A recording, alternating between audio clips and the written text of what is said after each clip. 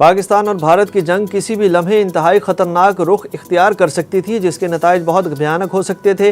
وزیر اعظم شہباز شریف کا مظفر آباد میں تقریب سے خطاب۔ مظفر آباد میں بھارتی جارحیت میں شہید پاکستانی شہریوں کے لواحقین میں چیک تقسیم کرنے کی تقریب سے خطاب کرتے ہوئے وزیر اعظم نے کہا کہ مودی کو اب پتہ چلا ہے کہ پاک افواج مکمل طور پر تیار ہیں، اب کسی حملے سے پہلے 100 بار سوچے گا۔ ہم نے جو جواب دیا وہ 1971 کا بدلہ ہے۔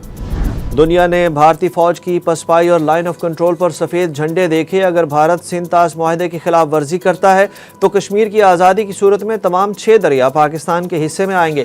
ترجمان پاک فوج نے انڈیا کو خبردار کر دیا۔ D G I S P R lieutenant general Ahmad Sharif Chaudhry نے الجزیرہ کو انٹرویو دیتے ہوئے کہا کہ جنگ صرف عسکری نہیں بلکہ اخلاقی اور اطلاعاتی میدان میں بھی لڑی گئی اور پاکستان نے سچائی کا دامن تھامے رکھا۔ بھارت کی سیاسی اشرافیہ انتہا پسندی اور جنگی جنون میں مبتلا ہے۔ ان کا کہنا تھا کہ جنگ میں جتنے اہداف منتخب کیے سب کو نشانہ بنایا۔ کوئی معتبر ادارہ بھارتی دعووں کو سنجیدگی سے نہیں لیتا۔ فضائی جھڑپ کا واقعہ دہائیوں تک زیر بحث رہے گا۔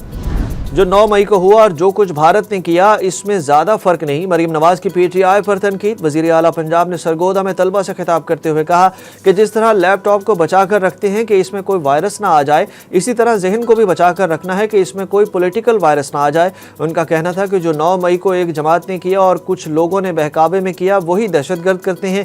اس سیاسی شخصیت کا ٹارگٹ بھی ہماری مسلح افواج تھی۔ نوجوانوں کبھی فتنہ فساد کا ایندھن نہ بننا، اپنے ملک کی آہنی دیوار بنو۔ ہمیں اپنا پیٹ کاٹ کر دفاعی بجٹ کو بڑھانا پڑے گا۔ سینٹ اجلاس کے دوران سینیٹر فیصل وارڈر نے ملک کی سلامتی اور دفاعی صلاحیت کو مضبوط بنانے کے لیے دفاعی بجٹ میں 2 سے 3 گنا اضافے کی تجویز دے دی۔ انہوں نے کہا کہ ہمیں ترقیاتی منصوبوں کے بجائے اب دفاع پر توجہ مرکوز کرنی ہوگی۔ ایوان نے خضدار واقعے پر مذمتی قرارداد بھی متفقہ طور پر منظور کر لی۔ فیصل وارڈر کا کہنا تھا کہ افواج پاکستان کی تنخواہوں کو 2 گنا کرنا وقت کی ضرورت ہے۔ انکشاف کیا کہ پاک افواج نے حالیہ مارکے میں دشمن کے 285 اہلکاروں کو ہلاک کیا۔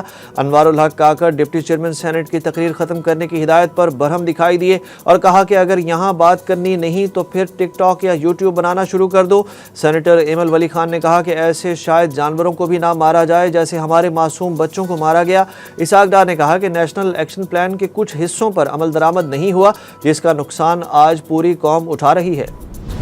چین سی پیک 2 شروع کرنے کو تیار، افغانستان کے ساتھ مل کر دہشت گردی ختم کریں گے۔ اسحاق ڈار کا چین کے دورے سے واپسی پر اسلام آباد میں اعلان۔ نائب وزیر اعظم اور وزیر خارجہ نے کہا کہ دورہ چین انتہائی کامیاب رہا۔ چین نے پاکستان کی سالمیت اور خود مختاری کی حمایت کی۔ پاکستان، چین اور افغانستان کا مشترکہ فیصلہ ہے کہ خطے سے دہشت گردی کو ختم کرنا ہے۔ ان کا کہنا تھا کہ چین کے ساتھ سی پیک 2 شروع کرنے کی بھی بات ہوئی ہے۔ چین اس حکومت کے ساتھ سی پیک 2 شروع کرنے کے لیے تیار ہے۔ چین نے مسئلہ کشمیر پر بھی پاکستان کی حمایت کا اعادہ کیا ہے۔ عمران خان نے تیسری مرتبہ بھی پولی گرافک ٹیسٹ کرانے سے انکار کر دیا۔ ذرائع کے مطابق لاہور پولیس کی تفتیشی team D S P Asif Javed کی سربراہی میں اڈیالہ جیل پہنچی۔ ذرائع کا بتانا ہے کہ تفتیشی ٹیم کو بانی پی ٹی آئی کا 9 مئی کے کیسز میں پولی گراف ٹیسٹ کرنا تھا، مگر عمران خان کے انکار کے بعد لاہور پولیس کی تفتیشی ٹیم اڈیالہ جیل سے واپس روانہ ہو گئی۔ سپریم کورٹ نے مخصوص نشستوں سے متعلق کیس کو براہ راست نشر کرنے کی اجازت دے دی۔ سنی اتحاد کونسل کی بینچ کی تشکیل پر اعتراضات کی درخواستیں مسترد۔ سپریم کورٹ کے آئینی بینچ نے متفرق درخواستوں پر فیصلہ سنا دیا۔ عدالت نے مخصوص نشستوں کے کیس کی سماعت 26ویں آئینی ترمیم کی درخواستوں کے فیصلے کے بعد کرنے کی درخواست بھی مسترد کر دی۔ چیئرمین پی ٹی آئی کا ایمل ولی پر چرچ کا سگریٹ پینے کا الزام، دونوں کے درمیان تلخ جملوں کا تبادلہ۔ Chairman P T I Hafeez ur Rehman نے سینیٹر ایمل ولی کے ساتھ ہونے والی تلخی پر وضاحت پیش کر دی۔ ایمل ولی نے وضاحت مسترد کر دی۔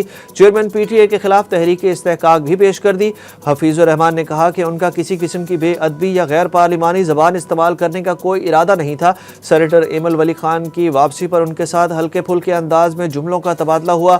معزز کمیٹی کے روبرو اس پر پہلے بھی معذرت کر چکا ہوں، جبکہ عوامی نیشنل پارٹی کے سربراہ سینیٹر ایمل ولی خان نے آج سینٹ اجلاس میں چیئرمین پی ٹی اے کے خلاف تحریک استحقاق پیش کرتے ہوئے ان کے فوری استعفے کا مطالبہ کر دیا۔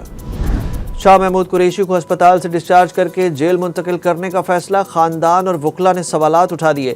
وکیل رانا مدثر کے مطابق شاہ محمود قریشی کا بلڈ پریشر اور ہارٹ ریٹ اب بھی معمول سے زیادہ ہے، جبکہ گزشتہ روز ان کے متعدد ٹیسٹ کیے گئے جن کی رپورٹس تاحال موصول نہیں ہوئیں۔ انہوں نے سوال اٹھایا کہ رپورٹس دیکھے بغیر ہسپتال سے ڈسچارج کرنے کا فیصلہ کیسے کیا جا سکتا ہے۔ خاندان کی جانب سے بھی خدشات ظاہر کیے جا رہے ہیں کہ انہیں قبل از وقت ہسپتال سے واپس جیل منتقل کرنے کی کوشش کی جا رہی ہے۔